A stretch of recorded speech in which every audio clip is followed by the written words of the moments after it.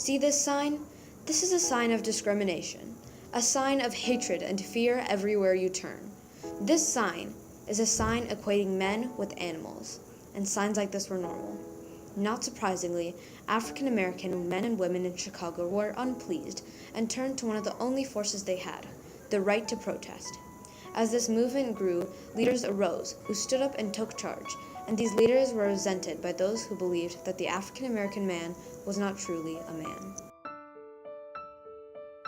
The August 5th, 1966 Marquette Park demonstration was a protest for the desegregation of housing that became violent due to the opposing viewpoints of the current white residents and the black residents who were trying to move into the white neighborhoods.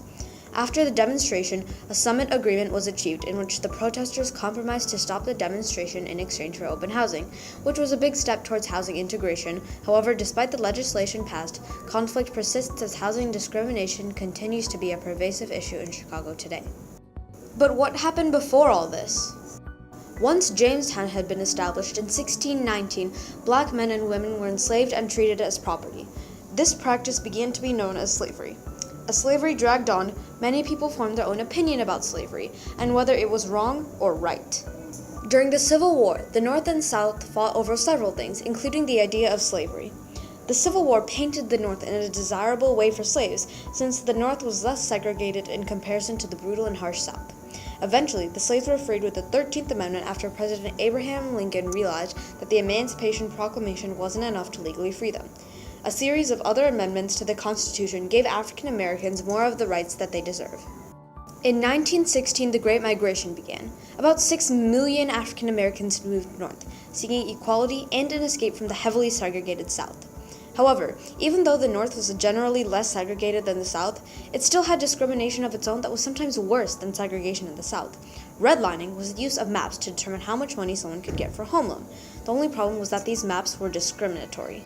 African Americans were being denied home loans and mortgages due to the fact that they lived in neighborhoods that were labeled as African American due to their Caucasian minority. These maps were enforced by the Federal Housing Administration, created in the 1930s by President F.D. Roosevelt, and the Homeowners Loan Corporation. In the famous court case, Plessy v. Ferguson, segregation was determined to be legal as long as the facilities were equal, though they were often not. African American facilities and services were often shabby and in a poor condition in comparison to their white counterparts' facilities and services. The separate but equal doctrine was supported by Jim Crow laws, which prevented blacks from interacting with their Caucasian counterparts. Then, in 1954, Brown v. Board of Education overturned the Plessy v. Ferguson ruling and declared that separate but equal was unconstitutional.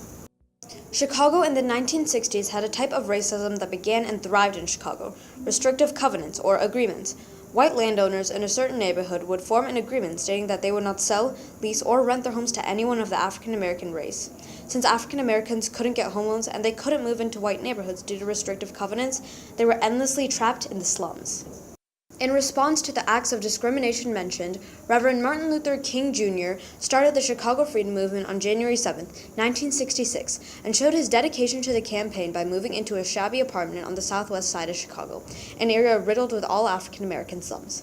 The Chicago campaign was a joint effort with the Southern Christian Leadership Conference, AFL-CIO Industrial Union Department, Chicago Community Renewal Society, and the Coordinating Committee of Community Organizations. The CCCO asked if the Leadership Conference wanted to join their campaign because it would make it easier because of the pooled resources and more people for the cause. The Chicago Freedom Movement set out to make redlining and its all-too-nasty side effects a thing of the past by planning demonstrations and marches throughout the city. The movement traveled all throughout Chicago, but the determination of the protesters was put to the test at Marquette Park, a place known for white and racist gangs. A placard at the demonstration read, "King would look good with a knife in his back," foreshadowing the violence of that Friday afternoon. On August 5, 1966, the peaceful protest soon turned violent when rocks, bottles, and firecrackers were thrown at the marching participants. During the demonstration, Martin Luther King said, "I've never seen, even in Mississippi and Alabama, mobs as hostile and hateful as I've seen here in Chicago." At one point, Martin Luther King Jr. was also hit in the head with a large rock, causing him to fall to one knee. Since the protest had gotten out of hand, a large police force was needed. The final product with this demonstration ended with 30 arrests and 40 injuries. Here we have some footage which truly captures the hate and violence of the moment. Hey,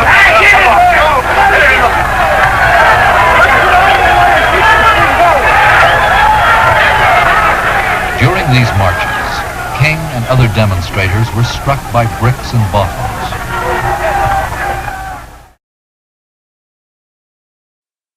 On August 26, 1966, representatives from the Chicago Freedom Movement and local politicians met and reached the Summit Agreement. City officials agreed to take steps towards housing integration and followed the city ordinance laws that were established but not followed in 1963.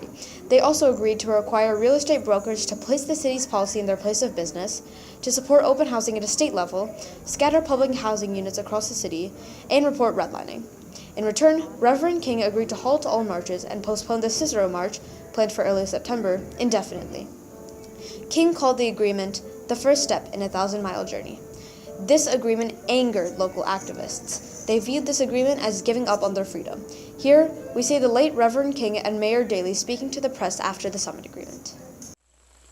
We had what I considered a very meaningful, frank, objective, and exhaustive and comprehensive discussion with the mayor today on all of the problems of Chicago. I felt that it was a very friendly meeting. Later, Richard J. Daley, the mayor at the time, would call this agreement a gentleman's agreement, holding no true value or meaning. Although Dr. King agreed to halt all marches, a splinter group that broke off from the original movement defiantly marched on Cicero in early September. As a marcher reported, they felt like the Cicero police were for the white counter-protesters, despite the Chicago police supporting the movement. However, the need for such marches dissolved. In 1968, the Fair Housing Act passed into legislation, making housing discrimination illegal. Martin Luther King continued his fight for rights, and just as he was turning his focus onto poverty in the South, he was shot and killed in a motel in Memphis, Tennessee. In 1967, Thurgood Marshall became the first African American to serve on the Supreme Court bench. The same year, 2 more major cities got their first African American mayor. In 1968, President Lyndon B. Johnson passed the Housing and Urban Development Act, which supported housing for many low-income and African American families.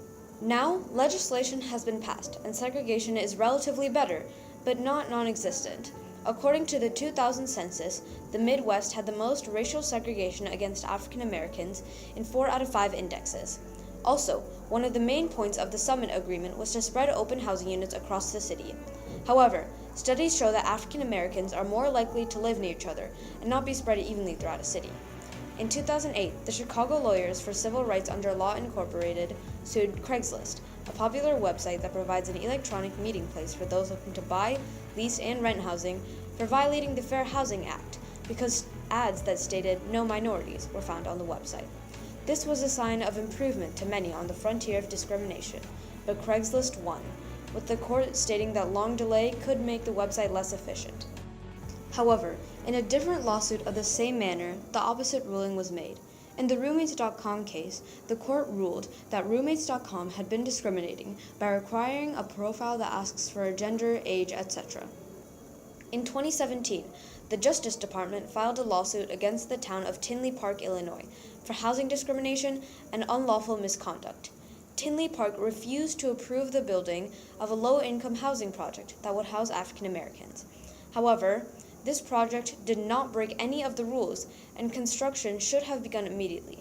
However, they passed the decision off to the Plan Commission, delaying. Tinley Park later blamed their former planning director, stating that she had caused the lawsuit. However, a judge noted that any one member cannot be fully blamed for a lawsuit, causing a debate over who is to blame. We remember segregation as something from the past, but it's still here. We see discrimination everywhere, in the media, on the streets. We see people avoiding neighborhoods just because they are home to minorities. Yet, we idolize Martin Luther King Jr. as the man who ended segregation. He didn't end it. He gave us a nudge in the right direction, but we didn't follow through. We have infinities to go, but we can get there. We will get there, Reverend King.